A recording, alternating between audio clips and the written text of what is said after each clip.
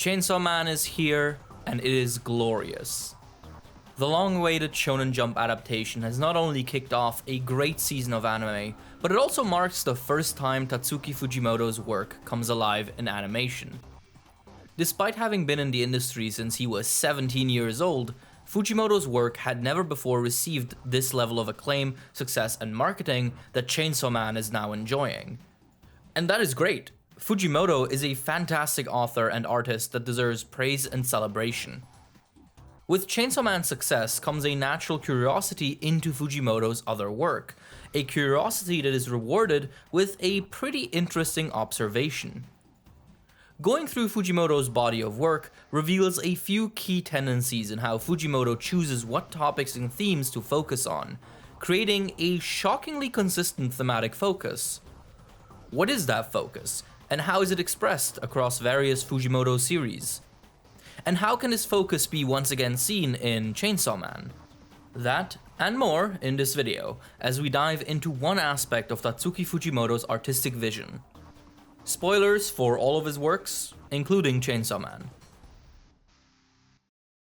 The first thing to understand about Tatsuki Fujimoto is that he has written a lot of stories. Thus, I want to focus on Fujimoto's current era of authorship, a career that alternates between one-shot stories and long-term publications, which began in 2016 with Fujimoto's first long-term serialization, Fire Punch. Set in a post-apocalyptic tundra of ice and frost, Fire Punch is the story of Agni, who is blessed with the power to regenerate infinitely. When he is however set on fire with flames that will never extinguish, he becomes Fire Punch, an agonized specter of fire that burns without end. As he navigates the wasteland, he witnesses the various flavors of societal collapse, within which Fujimoto really stretches his penchant for the grotesque and the upsetting. While there is much to talk about in Fire Punch, as it is a dense and pensive work, one thing that will immediately stick out to you upon reading is Togata. This companion that joins Agni partway through the story is the odd one out, as their motivation isn't revenge, salvation, or even survival. Instead, Togata seeks to make a movie. They wish to film a spectacle movie with Agni as the main character, as a tribute to their love of movies. This goal they pursue with reckless abandon, returning to it over and over again. In a story that often feels even more unhinged than Chainsaw Man, this specific element still manages to stick out due to how disconnected Togata's story seems from the general dystopia of Fire Punch. It is very clearly a response to the hopelessness of the world, but it still feels a little odd. While it's easy to dismiss it as just Fujimoto being weird, it does get very interesting once you notice something. Quite a few stories Fujimoto has written are either directly or indirectly about the production of art. Specifically, the 3 one-shots he wrote in between Chainsaw Man Parts 1 and 2 all echo Togata's quest for artistic expression one way or another, just this time in a much more emphasized fashion. Of the 3, Just Listen to the Song is easily the most lightweight one, being only 18 pages long, so there isn't much to dig into it, and thus I will set it aside for this video. Now we can concentrate on the actual, real meat of this. Look Back is fundamentally just about 2 girls getting into drawing and into the manga industry, and is very deliberately a story about creating art. Specifically, the story revolves around the reasons someone would create art to begin with. When you are a child, it's easy to impress and there is no burden on your life, as you have what feels like infinite time, so drawing comes easily as a hobby. But as time goes on, isn't art weird? It's a lot of work and time in order to live up to an ever-increasing standard of quality, and for what? We don't need art to survive, it's not essential to us the way food and water is, so why bother? More than just that, the obsession with art often brings misery and hardship. Pouring so much of yourself into something means being vulnerable. And what if that something fails? What if it just sucks? Or even worse, What if that something ends up directly causing tragedy and misery beyond your control? What if your art becomes a symbol of something you hate? Why make art if it contributes nothing and destroys everything? These questions circulate through Look Back incessantly, as the two protagonists find success and split up and experience their own tragedies and pitfalls. But despite all of these objections, neither of them ever stops drawing. Fujino leaves the story hurt, upset, alone, and yet she draws. Because beyond the pain and sorrow, she realizes, she finally understands why she draws. Her art was not purely a product, but an expression of her relationship with Kiyomoto, the only person she could share her creative passion with. The act of drawing was what tied the two together, first as rivals, then as partners, then as ex-partners, and finally, as long-lost friends. Art was intrinsic to their relationship with each other and with themselves, and to produce art was just what they did as a way to deal with that. Art is thus characterized as a fundamental expresser of our humanity and its relationship. We make art without needing a reason because the production of art, the creation of it, is in itself a reason worth pursuing because it gradually unravels and expresses who we are as people and how we can connect with others. As Fujino fantasizes about a world in which she never encouraged her friend to leave her house, art also displays the power of escapism, as well as its ability to selectively distort reality in an attempt to cope with it. Art is in this sense a sort of self-therapy. This specific facet is picked back up in Fujimoto's next work, Goodbye Eri, a personal favorite of mine. This one-shot is maybe the most overt that Fujimoto's obsession with this topic of artistic purpose has ever gotten, as almost the entire story is presented through a literal camera lens. Motion blur distortions are everywhere, and much of the paneling is deliberately evocative of film reels and cinematic framing, as well as a healthy dose of home video. The story is equally clear initially in what it wants to be about. A young man endeavors to make a masterpiece film after his homemade video dedicated to his dying mother flops and earns him widespread scorn from his peers for its tastelessness. He is aided by Eri, a mysterious girl and cinema savant. But from this relatively clear premise, the story begins blurring the lines between what is film and what is reality. Because everything is depicted through Yuta's camera, the story gets to play with your expectations and occasionally surprise you on what is actually real and what isn't. But beyond just the superficial appeal of these parlor tricks, they further push the notion of selective distortion. Art is generally at least loosely influenced by the real world, but because that influence gets filtered through the artist's vision and preferences, the end result is a curated and distorted version of reality. This distortion can massively change how people and events are perceived, as seen with Yuta's mother, whose benevolent care in the original film is contrasted by the reveal that she was actually deeply abusive. But despite the negative connotations of the word distortion, Goodbye Eri squarely defines this aspect as one of art's most powerful and beneficial characteristics.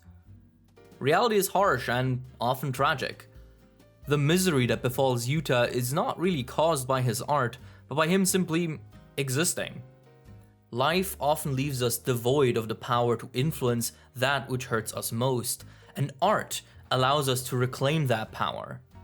Thanks to art, we can look upon the world and selectively amplify and suppress parts of it in accordance with what we need to express and work through. By creating art, we manifest our thoughts and feelings superimposed over the world as we, and only we, see it, with our own personal pinch of fantasy. And there is joy in that. As sentient beings, all our thoughts and feelings are locked up inside our head, rarely able to penetrate the barrier that is our skull in order to be free and visible to the world and others. Art is thus one of the few gateways for our souls to spread out into the physical world, to contribute to it in non-material ways. And that is not just a fun thing we can do, but an urge, a creative drive that lingers in all of us, dormant until what we feel and think within simply cannot fit in the confines of our brains anymore. When Yuta films Eri and makes her final film make her look a lot nicer than she apparently was in life, that is him reclaiming reality, reclaiming power over the world, and letting his vision make reality better, make his life better. And while he ultimately suffers more misery, art is the one through line that gives him meaning, because it is something that he can simply not stop creating. Let's return to Fire Punch and Togata. With what we have now seen and look back in Goodbye Eri, Togata does not seem so out of place now. Instead, they are the final frontier of art. Amidst ruin, devastation, at the end of the world, and even after it has ended, art remains. As nature imposes utilitarianism on the few survivors, and as every waking moment is turned into a battle, the desire to create art yet persists. Togata is a champion for what I believe is what Fujimoto wants us to understand. That art is crucial to humanity, much in the same way water and food are. The drive to create art is simultaneously ephemeral and yet deeply functional.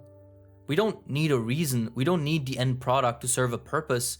We simply need to create, need to engage in art, purely because we'll always want to.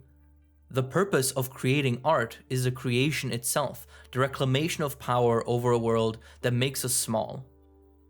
Even at the end of all things, when every framework and pretense of society is stripped away, art will remain, because it is as natural to us as breathing. Togata has less in common with Spielberg and is much closer to Ugnork, drawing mammoths onto a cave wall eons ago. All three of them deserve respect. With this, we can finally talk about Chainsaw Man. It is by far Fujimoto's most generic series, and I don't mean that as an insult. It has successfully revitalized Battle Shonen for most people, after all.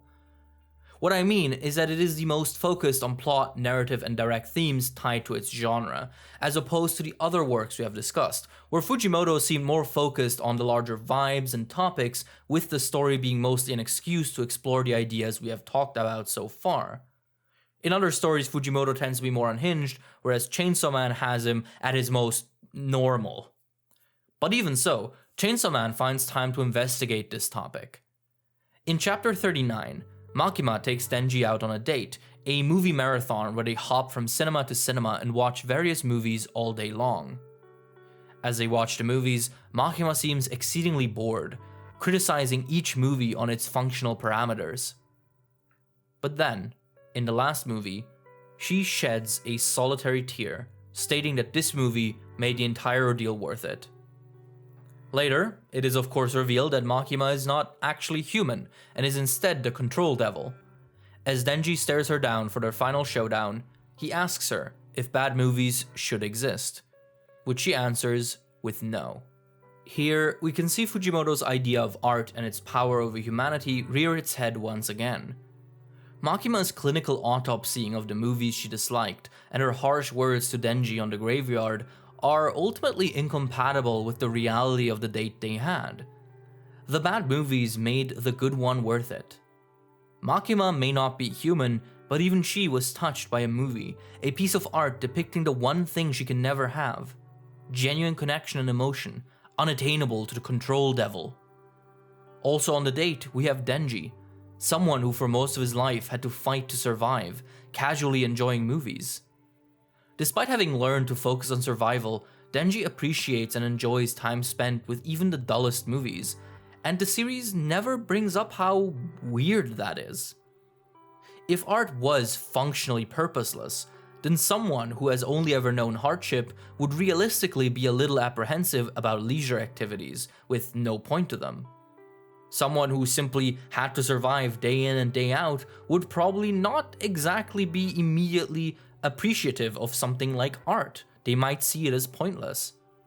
But in treating Denji's enjoyment as completely normal and not worth mentioning, the series finalizes its vision of art, a vision Fire Punch already initialized and that Fujimoto would continue to manifest in his works going forward. Humans are inherently artistic beings. Creating art and enjoying art are so natural that no matter if you live in poverty or in the apocalypse, on some level, art will always be with you. The actual quality of the art is secondary here. It matters, but just how the taste of food doesn't determine how well it keeps you alive, the quality of art doesn't denote how much it will satisfy your creative urge. Bad movies and good manga, they are all expressions of our humanity, our need to share our vision of the world with those around us, and our desire to take in the visions of others. And that is what makes us glorious, what makes us able to connect, what makes us able to matter to each other.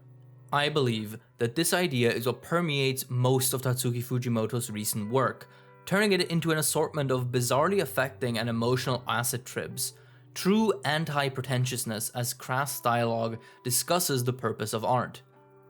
His body of work is a loud and screeching affirmation that art is crucial, it is necessary, and it is a fundamental, inescapable part of what makes us human.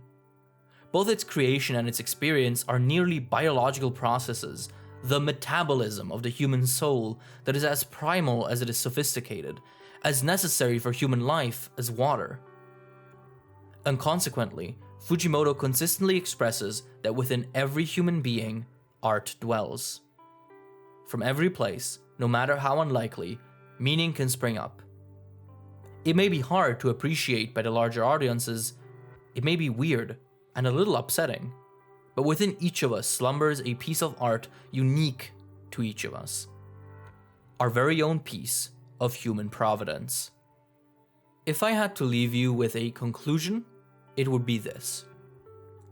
If you have an idea in your head, a story you want to tell, don't be afraid. You're not weird, you're human.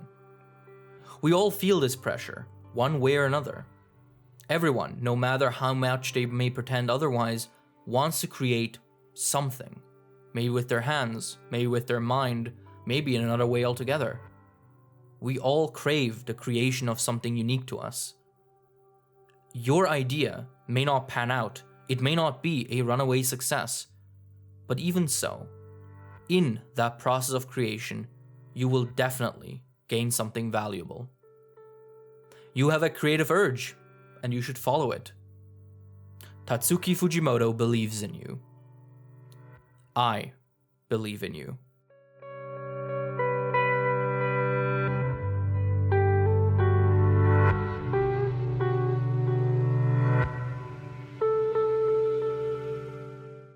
As always, thank you all so much for watching, and a special thank you to all of the patrons without whom these videos would not be possible. A very special thank you to Carthair, Fiction Ape, Cini, Fuego, Courage, Eric Nelson, Ethan Miller, Iron Camel, Jameson Tate, Luden Ther, Oakwood Tree, Paracha, Peroscoco, Project Iceman, Wisdom Manari, Makot 02, Mr. Pyramid, Mr. Meander, and Geo. Thank you again, and I'll see you all next time. Be safe, my friends. Bye-bye.